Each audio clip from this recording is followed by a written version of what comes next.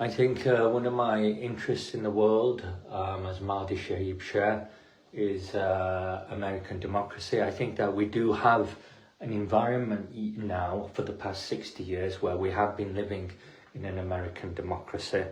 And I think that with this democracy, it's kind of developed a lot of expensive public infrastructure that seems to consist of 20% of GDP every year.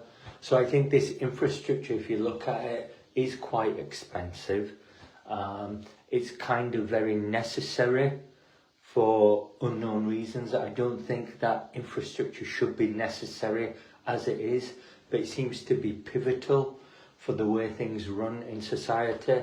And I think because most democratic governments in the world invest a huge proportion of their GDP in infrastructure development in their countries, we are living in a very expensive modern society, and this is the concern, that it's an expensive modern society, not just a normal, functional, easy to run modern society.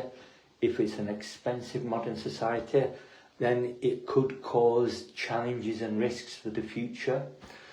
Perhaps with this current situation where we're seeing a huge shift of wealth from the west to the east, it raises a question, a serious one, that if all of this wealth is now being balanced in the world and moving to the east, how are Western nations going to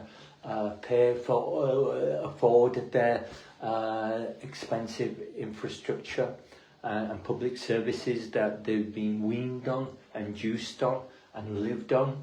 So I think that there is a serious doubt now and a serious challenge where the world is balancing itself out a bit in terms of its wealth and riches, and all of these expensive modern democracies are now having to dig deep in their pockets to find out how they're going to afford this expensive infrastructure.